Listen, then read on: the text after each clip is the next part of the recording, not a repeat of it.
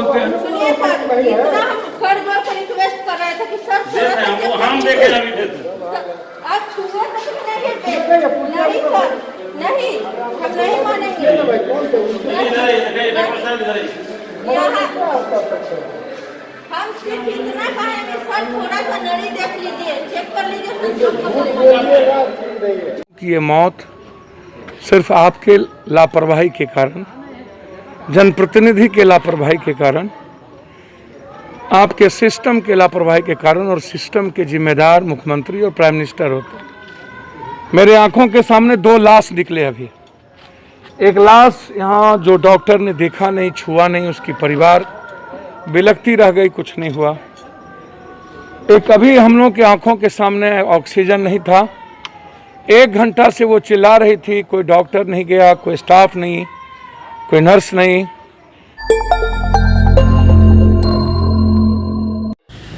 महुआ अनुमंडल अस्पताल में बनाए गए कोविड सेंटर की उस समय कलई खुल गई जब जन अधिकार पार्टी के प्रमुख पप्पू यादव अस्पताल का दौरा करने पहुंचे। इस दौरान अस्पताल में भर्ती कोविड के मरीजों के परिजनों ने पप्पू यादव से शिकायतों की झड़ी लगाई। इस दौरान पप्पू यादव ने विशेष कोविड सेंटर अस्पताल में तैनात डॉक्टर को भी जमकर फटकार लगाई। पप्पू यादव के दौरा के कारण अस्पताल महकमे में काफ़ी देर तक अफरा तफरी मचा रहा। अस्पताल का मुआयना करने के बाद पप्पू यादव ने नीतीश सरकार पर जमकर हमला किया और सिस्टम पर सवाल उठाते हुए सरकार से कोविड मरीजों के प्रति जिम्मेदारी को निर्वाह करने की अपील की। पप्पू यादव ने कहा कि कोरोना वायरस के कारण लोगों की लगातार मौतें हो रही है और सरकार अभी तक बेफिक्र है। वहीं प्रशासन द्वारा लोगों को बचाने के बजाय केवल खाना पूर्ति करने में लगे हुए हैं। पप्पू यादव ने आरोप लगाया कि सरकार की लापरवाही के कारण ही कोरोना से लोगों की मौत हो रही है। अस्पताल में ऑक्सीजन की कमी है, वेंटिलेटर उपलब्ध है, लेकिन उसका प्रयोग सही तरीके से नहीं हो रहा है।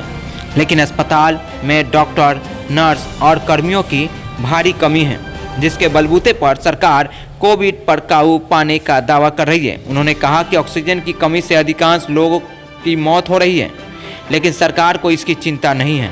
अब जनता तय करे कि कोरोना वायरस से जिनकी मौत हो रही है उस पर हत्या का केस दर्ज होना चाहिए।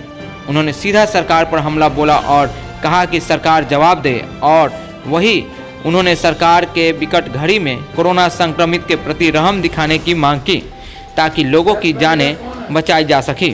इस दौरान उनके साथ प्रेमचंद्र सिंह, अजीत कुशवाहा, गुलशन सिंह, अभिषेक कुमार और टट्टू सिंह राजपूत, अमित झा आदि शामिल थे।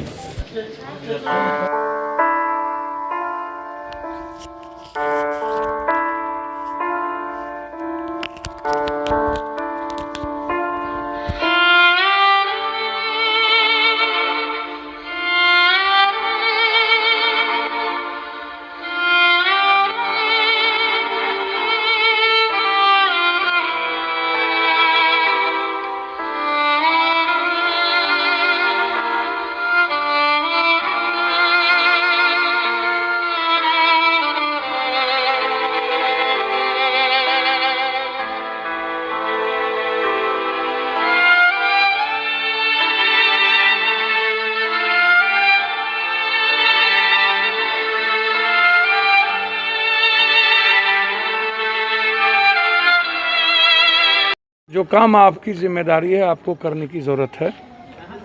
मैं आपको एहसास करा रहा हूं कि ये मौत सिर्फ आपके लापरवाही के कारण, जनप्रतिनिधि के लापरवाही के कारण, आपके सिस्टम के लापरवाही के कारण और सिस्टम के जिम्मेदार मुख्यमंत्री और प्राइम मिनिस्टर होते। मेरे आंखों के सामने 2 लाश निकले अभी। एक लाश यहाँ जो डॉक्टर ने देखा नहीं, छुआ नहीं, उसकी परिवार बिलखती रह गई, कुछ नहीं हुआ।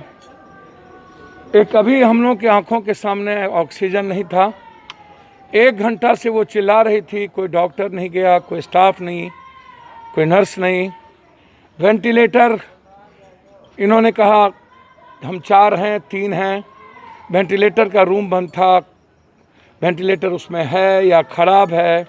ऑक्सीजन लगभग नहीं के बराबर था। 400 बेड की बात यहाँ के जिला प्रशासन कहती है, कि 400 बेड है जहाँ पर ऑक्सीजन ही नहीं है, 50 भी ऑक्सीजन, 40 भी ऑक्सीजन नहीं हो, सिर्फ 15 से 20 ऑक्सीजन सिलेंडर थे जिसमें ऑक्सीजन नहीं था। जो ये आवाज़ आ रही है ये ऑक्सीजन के चलते वो डेथ कर गई। मानव चेन की बात मैं बार बार उठा रहा हूँ। एक पेशेंट के साथ 4 आदमी 5 आदमी साथ में है, बहन पत्नी भाई उसको बचाने में लगा हुआ है। वो यहाँ से घर जाएंगे, वो यहाँ से सब्जी मार्केट जाएंगे, खाना लाने जाएंगे। अब बताइए कोरोना आम लोगों तक जाएगा या नहीं जाएगा? या तो कोरोना नहीं है, क्या एक बेटे को एक माँ को अपने बेटे को छोड़ देगा? कोई भी गाइडलाइन कोरोना का बिहार सरकार का कोई पदाधिकारी और व्यवस्था, बस उन्हें डराना है, कर्फ्यू लगा के, लॉकडाउन लगा के, कोई आवाज़ नहीं उठे, कोई निकले नहीं, और कंप्लीट रूप से उनको लूटने की पूरी आज़ादी और मौत को दबा देने की। शमशान में 70-80 लोगों की मौतें जाने जाती है, लेकिन इनकी संख्या 18, 19, 20 की होती है हर दिन। पटना में सैकड़ों, हाजीपुर में 9000 लगभग जो जांच है अभी तक गलत या सही 9000 कोविड पेशेंट हैं। और एकमात्र एक यहाँ है सबसे बड़ा सेंटर महुआ, और दूसरा एक सेंटर है राजा पाकर।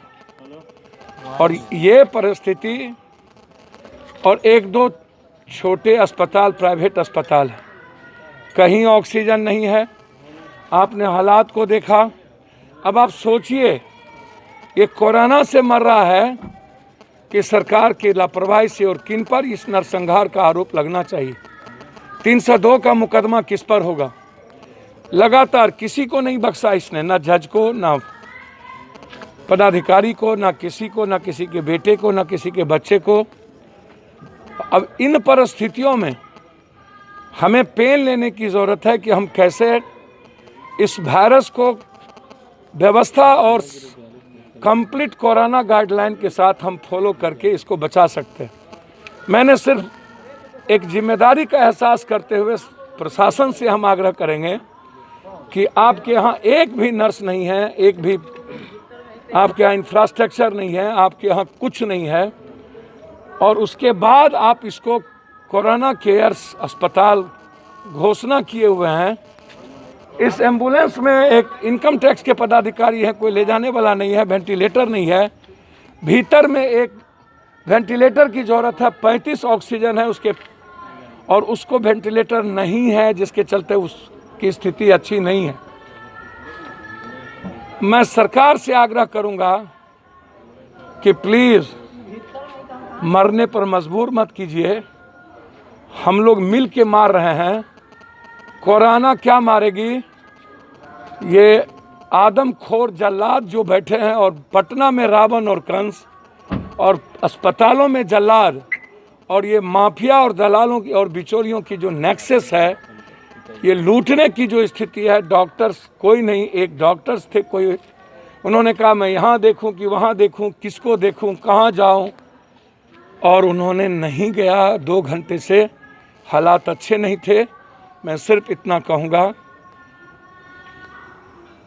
कि प्रधानमंत्री जी प्लीज़, ऑक्सीजन के चलते जो हालात हैं, दवाई कब मिलेगी नहीं मिलेगी वो तो अलग बात है। ऑक्सीजन और वेंटिलेटर और व्यवस्था, इसके चलते पल पल लोग मर रहे हैं, और विशेष तौर पर ऑक्सीजन के चलते व्यक्ति की मौत कंप्लीट रूप से हो रही है। यही मैं कहूँगा। एक माँ है जो निगेटिव उसका रिपोर्ट है, उन्हें भी कोरोना वार्ड में रख दिया गया, और कल उन्हें पॉजिटिव कर दिया जाएगा। क्या हालात होंगे उस फैमिली के, उसके बच्चे के, ये आप सोचिए।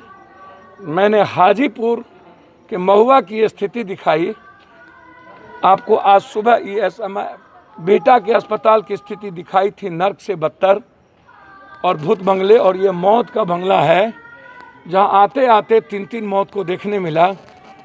आप ही सोचिएगा कि आप अपनी ज़िंदगी को कहां खड़ा कर दिया।